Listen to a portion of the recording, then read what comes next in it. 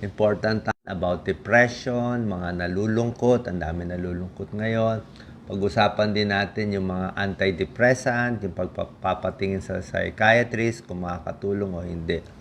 Alam nyo, itong topic na to talaga makakatulong to sa inyo, itong video na to. Kung nalulungkot kayo, kung kabataan kayo, teenager o 20s, 30s, makakatulong to. Kasi alam na alam ko itong topic na to. Dumaan ako sa matinding depression for 13 years.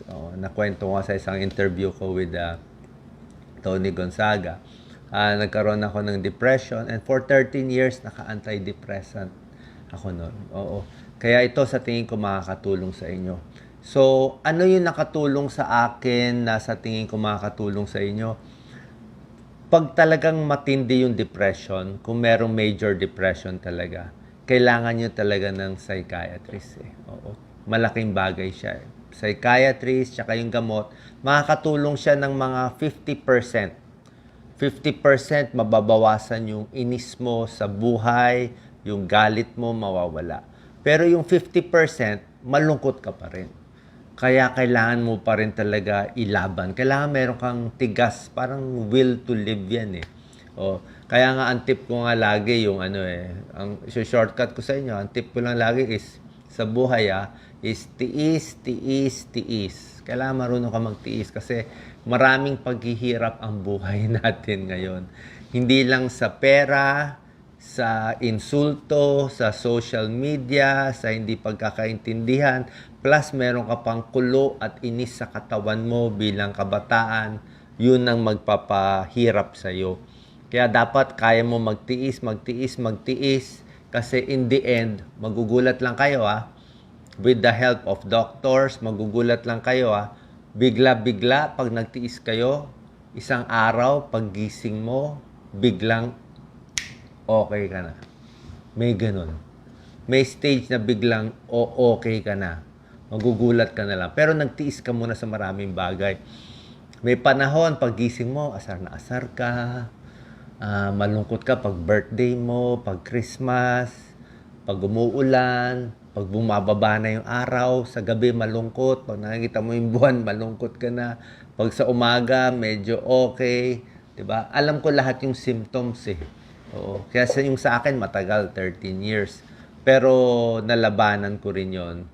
Later on, meron tayong mga tips tsaka mga home remedies. Sa akin, basically, na lampasan ko siya sa parang God's will eh. May darating na tao, natutulong sa'yo, tapos yung pagtulong ko doon sa mga pasyenteng mahirap, lalo na yung mga walang kapera-pera, yun talaga pinaka naging antidepressant ko.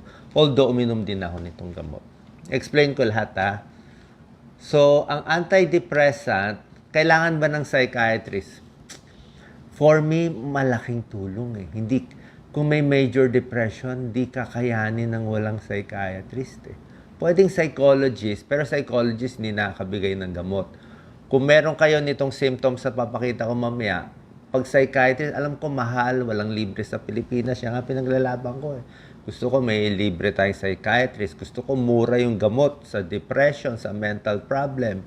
Napakamahal ng gamot. May tulong kasi. Kung ako, hindi ako naka-psychiatrist and nakabili ng gamot, kakayanin ko, feeling ko hindi. Ewan ko lang ewan ko lang. Baka hindi ako naging doktor. 90% hindi ako makatapos. So, malaking tulong siya. Pero, kahit nakatulong siya, iba pa rin yung sarili mong laban. Kaya gusto ko lumabang kayo para sa inyo tong video na to. Okay? Ang antidepressant, may mga pros and cons. Ang pros niya, na ma-manage mo yung symptoms mo, very effective siya. Konti lang yung side effect. Ang con lang, may konting side effect at iba. Okay?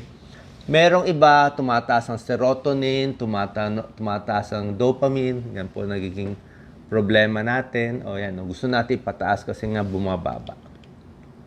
Ito yung mga gamot na binibigay. Yan.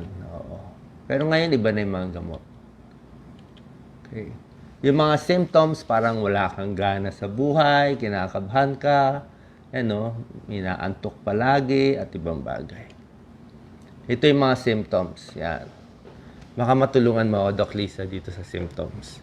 Yan. So, yan, Doc Lisa. Okay. Gumawa po ang mga psychiatrists na tinatawag nilang DSM-5 criteria. Yan. Pag meron ho kayo nito, 5 dito sa siyam na sasabihin kong sintomas, pwede po tayong magpatingin sa isang psychiatrist. Yung depressed, napakalungkot. Maaaring naoobserbahan ng mga kasama nyo sa bahay or nararamdaman nyo. Parang lungkot na lungkot kayo. Well, hindi na kayo interesado sa mga bagay-bagay sa buhay. Hindi na kayo nagiging masaya. Either tumaba or pumayat kasi hindi makakain o sobrang kain. Hindi makatulog o sobrang pagtulog. Tapos, mabilis ma-agitate o magalit o kaya naman meron ng dahilan para magalit, hindi rin nagagalit, walang energy o mapapagurin. Tapos parang feeling mo wala kang silbi sa buhay or parang lagi kang guilty sa isang bagay. Tapos hindi ka makakonsentrate, hindi ka makafocus o kaya hindi ka rin makadesisyon, kaya indecisive. At naiisip mo dun sa ulo mo na parang gusto mo nang mamatay o sana mamatay ka na. Yun, So, yun yung mga nararamdaman. Kung Irritable. Kung meron kang 5 out of 9, papacheck po tayo. Okay? So, kung meron tayong mga side effects sa antidepressant, okay lang naman yan. Pag nagda-dry mouth ka, inom ka lang maraming tubig, o pag nagko-constipate ka, kumain ka ng mga high-fiber foods, o pag nagwe-weight gain, konting payat-payat, sexual dysfunction, usually bata ka pa naman. Okay? Pag may withdrawal, pag titigil mo na, yung iba naman kasi 6 months, 1 year, matitigil mo na. Pag natigil mo na siya, yung iba may anxiety, may tremors, may nausea. Pero basically, ako ginagawa ko ng video game lang O pag nagbi-video game, nawawala. So, okay lang po yan. Matutulungan po kayo. Ito na, basics natin So, pag may problema, sana nakatulong tong video, pa-check lang tayo sa psychiatrist at ito. Don't lose hope. Laban lang yan, Kakayanin natin yan. May time talaga mag-anxiety kayo. May time papawisan kayo. Okay lang yan. Lalabanan natin yan, di ba? Tulong-tulong tayo. Kailangan natin lumaban kasi may purpose tayo sa buhay. Walang madaling buhay. Lahat mahirap. Lahat may trials. Pero malalabanan natin. Exercise, yan, para malakas ang katawan natin. Diba? Bukod sa psychiatrist, sa gamot, yan ang kailangan natin. Pilit mag-exercise. Healthy diet, wag puro fast foods, diba? Puro matataba, puro mamantika. Ito, omega-3 fatty acids, vitamin D, vitamin B, omega-3, zinc. Yan ang mga kakainin natin para tumaas yung serotonin level natin at dopamine level. Fish oil. Pwede ang fish oil, Omega-3 fatty acids for depression in adults. May tulong din yan. Tapos, merong seasonal Mas madilim, mas malungkot. Kailangan mo sunlight, maarawan ka. Diba? Maarawan ka para gumanda ang mood. Positive thinking. Isip mo, kaya ko yan, nalampasan ko yan. Para saan to? Kaya ko yan. I love myself unconditionally. May purpose ako. I am strong. Basta may challenge, huwag kayong malulungkot kung may depression. Hindi nyo kasalanan May chemical problem kasi talaga. Yung iba may arthritis. Yung iba may sugat. Tayo, yung mga dumasa depression, kulang yung chemical. May isang kulang. Kaya nga may gamot. Pag nagpa-positive thinking ka, nag-exercise ka, di ba, may runner's high. Kaya na-addict sa running di ba? Di ba? Pampasaya yan. Lumapit sa close friends and relatives na yung mga positibong kaibigan. Pwede sa pare, pwede sa close friend, pwede sa guidance counselor, yung mga mababait, yung nakaka-lift ng mood. Huwag sa mga nega, huwag sa mga gumagawa ng masama, huwag yung mangungutang sa'yo, yung mga tutulong sa'yo. Avoid alcohol. Kasi marami uminom ng alak kasi depressed. Alcohol depressant, lalo sila madidepress at hindi maganda sa gamot yan. Dapat sapat ang tulog and relaxation. Yan, may tulong din yan. Tapos, manood tayo ng mga masasaya, yung mga cat videos or yung pumunta tayo sa bagay na mga movies o yung mga palabas na masaya, kaibigan na masiyahin, kahit malungkot tayo, ipipilit natin dun sa masaya. Huwag na manood ng mga romantic na mga love story na malungkot lang ending, di ba? Kailangan masaya. Kasi laughter, may mga endorphins, bawas stress, yan. Actually, ang chismis may tulong din eh. Pero yung good chismis lang. Massage may tulong. Masahe, lumalakas ang katawan. Naglalabas ng serotonin, dopamine, nag-aano yung mga more blood circulation. Relaxation and music therapy. Yan. Maganda po yan. So lahat to unti-unti makakatulong. Write in a diary. Very important. Kung di nyo malabas, sulat mo lahat ng sama ng loob mo sa magulang, sa tao, sa mundo. Actually, medyo na-heighten lang. Hindi naman talaga ganun kasama yung situation. Kala mo lang hopeless, pero maraming tutulong sa'yo, maraming magmamahal sa'yo. Tulad nga nasabi ko do sa interview ko, yung minsan isang click lang, kala mo malungkot ka, pero isang click lang, may tatawag sa'yo, may darating. Oo, tsaka hindi naman natutulog ang Diyos. Meron siyang papadala na tutulong sa'yo, pero maghihintay ka muna matagal. Kailangan mo dumaan, alam nyo, hindi naman pwede laging masarap ang buhay. Kailangan mo dumaan sa lubog na lubog ka, minsan sa lungkot na lungkot ka. Sa bawat palabas naman ng movie, di ba, kailangan may laban, may depression, may lubog na lubog bago aakyat yung hero. Kaya ako, dumaan ako sa matinding ilalim, kaya ngayon, kahit anong bashing, kahit anong problema, kakayanin natin yan. Paano? May purpose naman tayo. Alam ko yung purpose ko, matulungan kayo. Kahit mahirap tong topic, ginagawa ko. Kahit mahirap tulungan yung mga mahirap sa probinsya, may sakit. Ano ba, kung isipin ko, hindi ko naman cargo yun eh. Diba? Pero naaawa tayo kasi may kaalaman tayo na pagalingin sila. Hindi lang sa video, hindi lang sa Facebook. Kung hindi, para matulungan sila, mabigyan ng murang gamutan. Diba? Just imagine, ang daming tao walang access sa psychiatrist, hindi makabili ng gamot. Kahit sa high blood, sa diabetes, sa operation, sa mental health. Diba? Hirap na hirap yung mga kababayan natin. So, pag yan ang purpose ko, mas sumasaya ako. Nagkakaroon ako ng purpose. Naintindihan ko may purpose talaga ako. Diba? Kasi pag hindi ko to gawin, di maghihirap yung ibang tao. So, nakita ko yung niche ko at natutuwa ako sa mga nagla-like, nagko-comment. Siyempre, bawat comment nyo may tulong yan. Kasi alam kong tama ang ginagawa ko. Kaya nga sinabi ko nga bawat video ko 100% ito para sa inyo. Lagi itong mga topics minsan dito maganda pinag-usapan sa akin. Pero okay lang. Okay na kaya ko, kahit pinapawis ang kamay ko, nilalabanan ko. Depression, pag tumatanda na, katulad ko, medyo less na. Mas kaya mo na. Pero may araw na darating pa rin yung doubts, yung kaba, yung inis, yung hirap, yung gulo sa mundo, meron din darating lalo na kung mahina ka. Kaya dapat kompleto sa tulog, kompleto sa pagkain, kompleto sa support. At talaga iisipin mo, kaya ko yan, may purpose ako. Tiis, tiis, tiis lang. Ha? Kung ngayon malungkot ka, one more day. Malungkot ka one day, one more week. Mamaya biglang may darating, o happy ka na. Diba? Pero isang tip ko, oras na dumating ang happy days mo, huwag naman sobra happy din. Oo, may time na masaya ka, huwag din sobrang saya. Kasi normal yan gulong ng palad. May time, sobrang swerte, sobrang positive, di ba? May accomplishment, may pera ka, may ganyan, o maayos ang pamilya, may darating na may magkakasakit, o may problem, o bababa ulit. Hayaan mo lang. Kahit mag-up and down yung buhay mo, ang mood mo, ang ugali mo, dapat steady lang.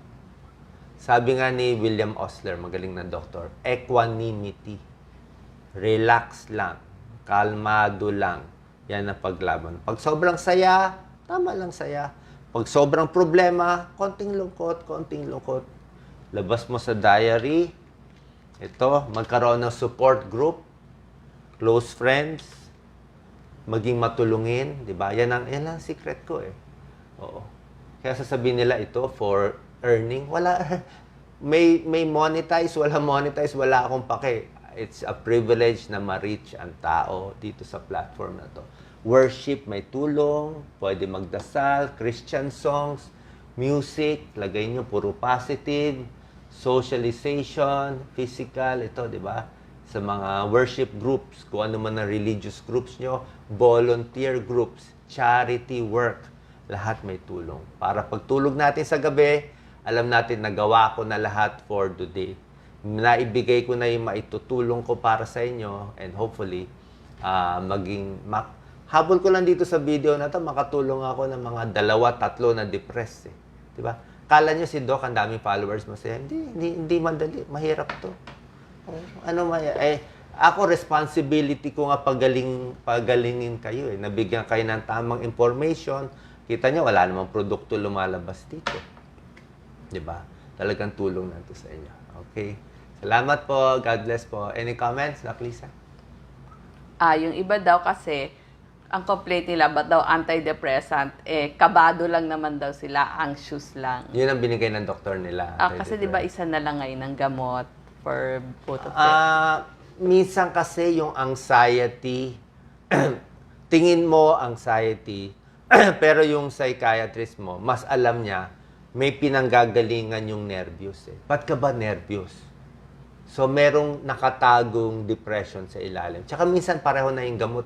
Yung gamot kayo napakaganda, pwede na pang anxiety, pang depression, halo-halo, di ba? Kaya dapat tanggapin natin. Wala namang masama na depressed kasi nga may kulang tayong chemical. Di ba? Kaya tinataas natin yung chemical sa worship, sa service, sa tulong. Yan talaga ang mga depressed. Yan ang pinaka-ugali. Inis. Di ba? May inis tayo sa buhay. May kulo sa tiyan, gusto natin sisihin magulang natin. Kasalanan nyo, kaya nanghirap ako. Masarap magsisi pero ngayon nag-iisip ko, wala namang kasalanan magulang ko di ba? Pero at that time, gusto mo may masisi kasi pwede mo ba sisihin sarili mo? Kaya tiis lang, ganito tayo ginawa ng Diyos. Pero ako nakita ko itong lungkot at anxiety may tulong sa akin. Number 1, I'm very honest. I'm very honest. Talagang gusto ko tulong lang. Di ba? Buhay, mamatay, tulong lang ako. Yan lang. Kasi oras na 100% honest, 100% tulong ako sa inyo. Kahit saan pa ako sumabak, politika, sa medical o ano. Happy ako Happy ako matulong. Wala ako inapi, wala ako inagrabyado, tumulong lang ako. Gusto niyo ako ngayon, di okay. Pag ayaw niyo na ako makita social media, di exit na ako. Walang problema. At least nagawa ko para sa inyo. Malinis konsyensya ko. At pag nagagawa ko to, doon ko nalalabanan yung depression ko. Doon natin nakikita, kahit magulo ang mundo, kahit maraming nagkakasakit, maraming problema, kaya natin may purpose tayo. Diba? Dapat alam mo yung purpose mo para saan ka. Kaya yun lang ang benefit ng maraming follower, alam ko yung purpose ko. At itong mga tips nga sa inyo. Pero para sa akin, may tulong yung psychiatrist, may tulong yung mga gamot. Kung may budget. Ngayon, ang kawawa, yung mga walang pera na nag-aaway-away yung pamilya. Minsan, nagsisigawan, nagsasakitan, puro mga bad words. Tsaka pag nasabihan mo na ng masakit kasi yung family member mo, minsan ang hirap na bawiin. Kaya, mahalin yung pamilya. Alam ko, galit kayo sa nanay nyo, sa tatay nyo, sa kapatid nyo. Di ba? Madalas yan kaaway mo lahat. Konting tiis, konting pasensya, close family ties, napakahalaga pa rin. Kasi in the end, walang tutulong sa atin, pamilya pa rin. Pamilya pa rin in the end. Stress tabs daw ba ay gamot sa... Pwede stress tabs, vitamin B, pinapainom ako vitamin B. Kaya lang vitamin B nakakataba Pwede stress tabs, pero it's just vitamin B. Para ka lang kumain ng gulay. Hindi siya, pwede na rin, mag-stress tabs kayo. Kung hindi natin kaya to. Try nyo itong natural remedy ko. Pag hindi nakuha, mas kailangan nyo pinakita ko naman yung symptoms Yung talagang hindi na makatrabaho, hindi na makapasok sa school, yun na yun. Pero karamihan naman dyan, kakayanin. So, panoorin nyo lang yung mga katulad sa atin, educational, mga happy. Iwas na tayo sa away, sa bashing, sa yung mga, di ba marami kang mapapanood ng mga paninira na hindi maganda for your brain Gusto ko malinis lang ilagay mo, pumunta ka lang sa role model mong mabait na matulungin para at least umigi-igi yung buhay. Kasi alam ko naghihirap ang tao ngayon. Alam ko mahal ang gasolina, mahal ang pagkain, lahat naghihirap. Lalo na yung may hirap. They're struggling and lang tayo, empathy, kung ano kaya natin itulong, kung ano maibibigay natin, gawin natin para sa atin. Yung comment dito, lahat nung sinabing sintomas nasa sister niya, paano daw niya matutulungan? Yes, una-una, Kasi silang makakakita. oh, Yung makikita family nyo, member. oo, makikita nyo. Tatry nyo ipa-appointment sa isang psychiatrist. Maraming online. Oo. Tapos, syempre, una ayaw. Sabi mo lang, sasamahan kita. Kailangan may kasama pala, ha? Kailangan may kasamang family member. Very, very important na may kasamang family member. Kasi, yung family member ang magiging parang gabay mo, eh. Oo. Kasi mahirap kasi depressed na yung pasyente. Siya magbibigay ng gamot. Actually, first 2 weeks kayo ang bibigay ng gamot. 1 tablet lang bigay mo. Mamaya uminom ng marami. Bantayan mo muna. Samahan mo sa kwarto, how are you? Ganyan. Pag nakainom na siya ng mga 1 month, medyo kakalma na siya. Mawawala na yung inis. Sa akin, it's just inis eh. Mawawala. Medyo yung mga nerves na very fragile na parang yung nerves mo, mabilis sumigaw, makakalma ka na eh. Mapapakalm yan. Hanggang bandang huli, alam mo na yung coping mechanism mo, kahit wala ng gamot later on, kalmado ka na. Alam mo na. Kasi ang isa pang good news habang tumatanda, mas nawawala ang depression. Paano? Mas gagaling. Bakit gagaling? Ilang beses na ako nag-panic attack, alam ko na yan eh.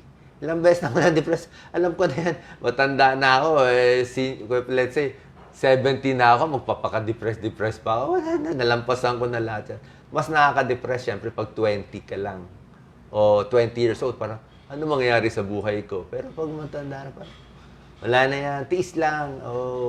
Tiis lang tayo. At konting pasensya, mabait lang tayo sa kapwa, para masarap ang tulog natin. Kung nilugi kayo ng ibang tao, okay lang, just itulog mo lang yung pagod mo. Di ba? Ako, marami nang aapi sa akin. Tulog mo lang, tiis mo lang. Later on, after a few months, sabi ko biglang may magkiklik. Biglang liliwanag. Parang, uy, okay na agad Uy, mood lang siya mood eh. Yung katawan natin magaling eh. Yung brain natin magaling eh. Pag may na-injure, mag-heal siya mag-isa. Di ba? Pag may napilay, inaayos ng katawan mo. Yung utak din ganyan. Pag nadidepress ka, iaayos niya. Pipilitin niya ayusin. Pipilitin niya ayusin. Kaya sa akin lang, maging mabait tayo, matulungin tayo, it will help a lot. Tapos magdasal din tayo. Oo. Lahat yun, factors para maging maayos. Pero isa pa pala, pag depressed ka, ang hirap, di ba? Parang hindi ka makagalaw, nahihiya ka tumawag sa kapatid mo, di ba? Baka tawanan ka. Pero ito lang tips ko sa inyo, baka walang tutulong sa inyo Ikaw mismo lalabas. Ikaw mismo tatawag kay ate. Ate, tulungan mo ako. Kuya, wag ka na nahihiyakan, inaway mo yung kapatid mo. Magpakumbaba ka na. Ikaw na tumawag. Nay, babalik na ako sa bahay. Kailangan ko ng tulong mo. Hirap na ako. You ask for help. Tapos pag okay ka na, doon ka na tumulong sa iba. Kailangan sa'yo manggagaling yung initiative to help.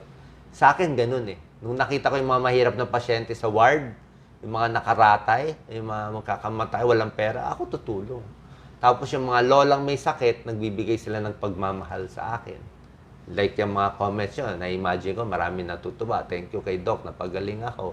So, yung pagmamahal nyo, yun din ang binabalik ko. Pabalik-balik lang siya. You give love, babalik sa'yo love. Kung gumamit ka ng paninira sa ibang tao, babalik sa'yo paninira din. So, kailangan ikaw una mag-uumpisa. Huwag mo expect na the world owes you something. Paano yung mga tao na ayaw magpagamot sa psychiatrist o kaya yung pamilya nila ayaw silang ipagamot? Parang hindi nila matanggap na kailangan nila ng isang psychiatrist. Yan. Kinahihiya. Oo. Like ako, magulang ko, hindi makaintindi. Meron ako isang ate na mabait Si Julie Ong. Yan, Hanap ka ng mabait. May isang mabait. Kung wala kang kapatid, kaibigan. Hindi ako naniniwala na si God na walang ibibigay sa yung tao. Kung matino ka naman tao, walang ibibigay na isang matinong friend, matinong teacher, matinong guidance counselor, matinong kaibigan na hindi ka tutulungan. Meron ka isang tutulong sa'yo. Humingi ka lang tulong. Sabi mo, tulungan mo lang ako for a time. Pag okay na ako, babawi ako sa'yo. Merong ibibigay si God. Kaya wag lang masyado mainitin ng ulo, wag mainipin. Oo, kasi pag matagalan to, it takes years. Pero ako, dito ko natuto yung, sasabihin niyo, ba't si Doc laging kalmado? Ang gulo-gulo dito sa politika, ang gulo-gulo sa mga social media, ba't kalmado? Kasi alam ko na eh. Alam ko tama, alam ko mali. Oh, nakita ko na siya. Naka-experience na ako ng mag-isa eh. Oh, kaya ngayon, kahit isa lang manood, okay na sa akin eh. Di ba? Kasi naniniwala ako itong video na to, makakatulong sa iyo. Kasi pinagdaanan ko to at nalulungkot ako na parang may epidemic ng lungkot at depression worldwide ngayon. I think it's social media, parang in English ito yung angst eh, parang inis, parang walang purpose. Hanapin mo yung purpose mo. Paano yung mga patients na paulit-ulit nang sinabihan ng doctor nila mag-consult sa psychiatrist, pero gagawin, mag-iikot sa iba't ibang doktor, hindi niya matanggap na psychiatrist ang kailangan niya? Maraming ganyan. Alam mo, minsan ang ginagawa ko, ito to, secret. Ati-atin lang kukuha ka orange juice. Ikaw nakakausap sa psychiatrist. Kukunin mo yung gamot niya. Hahalo mo doon. Papainom mo. Papainom mo yung gamot. Wala namang masama eh. Yung gamot, hinahalo sa orange juice, papainom mo sa pasyente with the supervision of your psychiatrist. Ganong ginagawa. Pag nakainom na siya ng ilang dose, kakalma na siya. Papayag na siya magpatingin. Kailangan yung una. Minsan ganon eh. Yung mga hindi maka-accept. Lalo na yung mga may mental illness. Pinapainom, hinahalo sa ano. That's one trick. Pero yung psychiatrist nyo magtuturo. Sana lang makahanap kayo ng mura at mabait. Pag na-okay naman masigigin na naman. Okay? So, thank you so much. Share nyo to sa mga may dumadaan sa ganito. Lalo na yung mga pamilya. I'm sure sobrang hardships. Pero tiis lang yan. Pray lang tayo. Lagi naman may darating na blessings. May God's will sa dulo. May God's will. Kaya lang, hindi mo makukuha in one day, in one week, in 1 month. Ako, years eh. Years. Kaya ko gawin to ng pangmatagalan. Years. Ready ako sa years. Lifetime tulong. Lifetime walang hingi. Oo, kasi yan ang cure ko, yan ang binigay sa aking problem. Hindi na nga naging problem eh. Naging good na nga kasi nakakatulong ako sa inyo eh. Kaya alam ko lahat ng symptoms. Alam ko pag bumababa yung araw, malulungkot ka. Oo, may ganong symptom yun. Oo, alam ko lahat yun. Pero malalampasan ko kasi nagtiis ako. Mag-isa. Ngayon, ang dami ko ng mga tumutulong.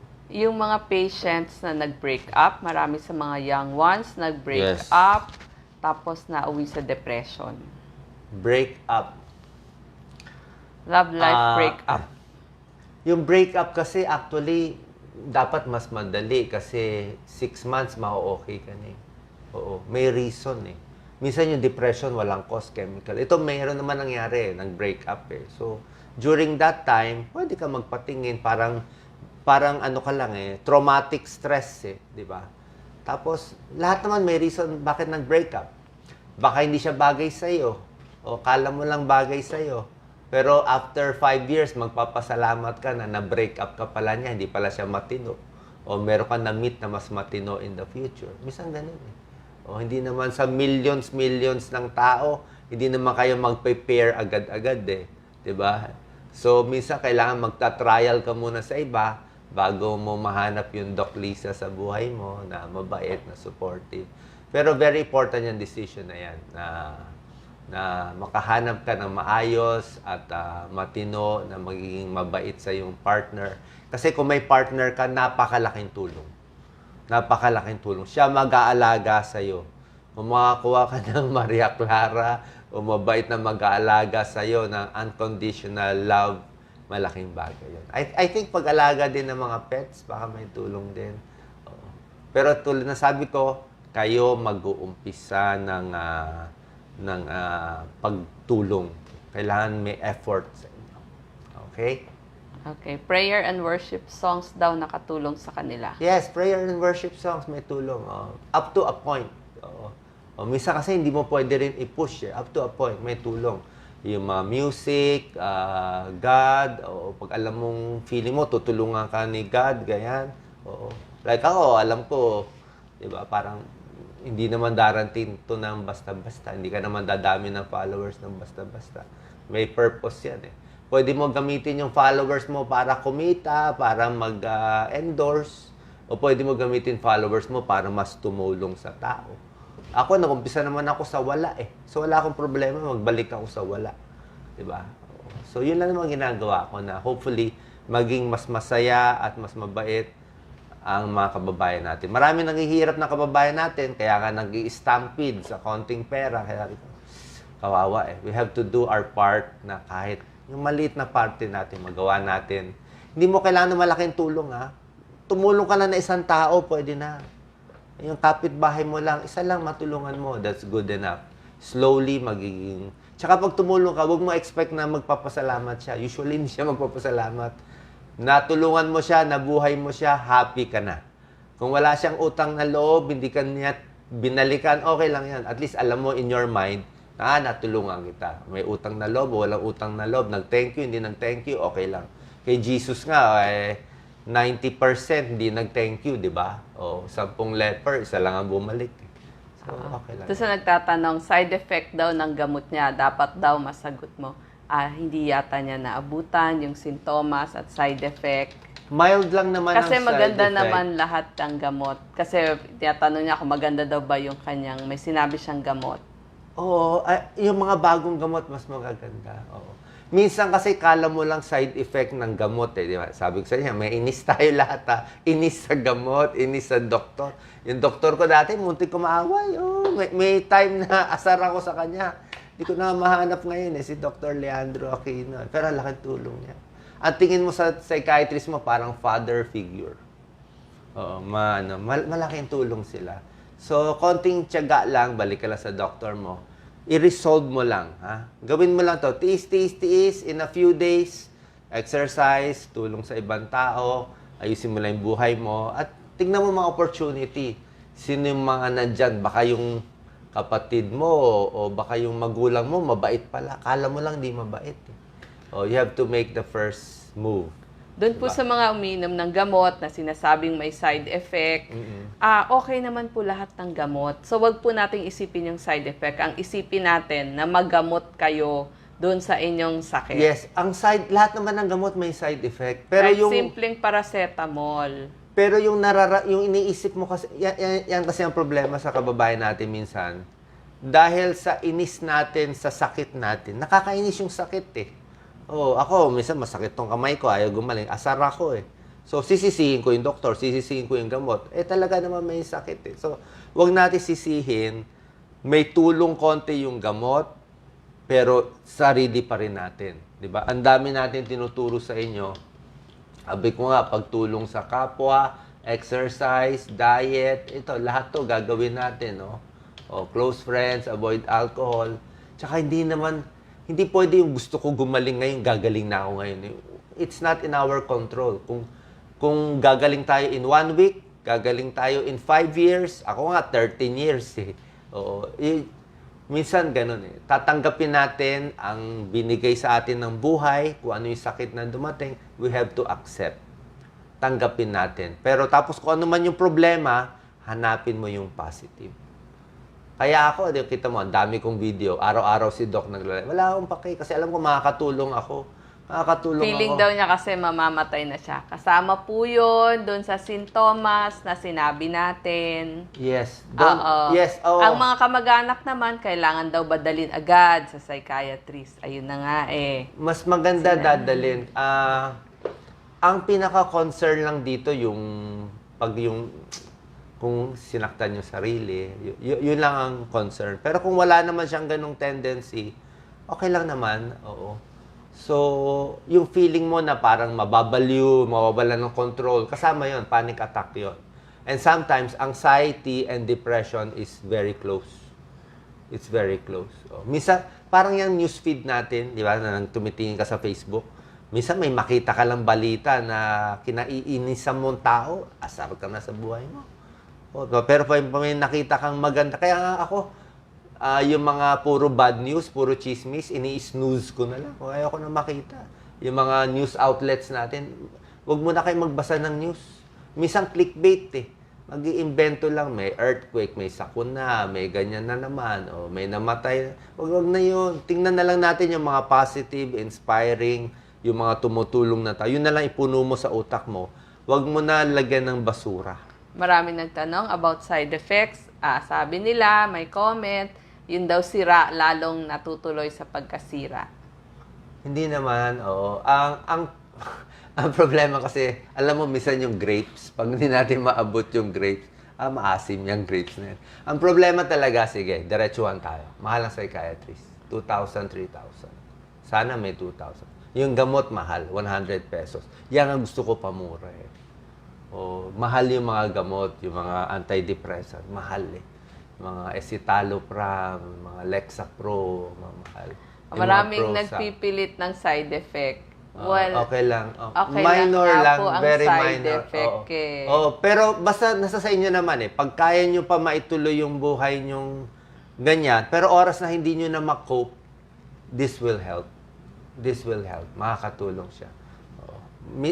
Tsaka malay mo, baka low dose lang, half tablet lang, may tulong na rin. Lalo na kung gulo na yung pamilya, nag-aaway-away na kayo, nagsisigawan na, wala nang choice. Pero kung kaya mo pa yung ugali na laging may mainit ang ulo, baka sana umayos din naman with the home remedies. Okay? Maraming salamat po. God bless po sa inyo. Peace lang. Kaya yan. Kaya natin yan. Sige po. Titingnan ko yung mga questions nyo. Kung meron pa ako hindi nasagot, isasagutin ko sa susunod. Salamat po.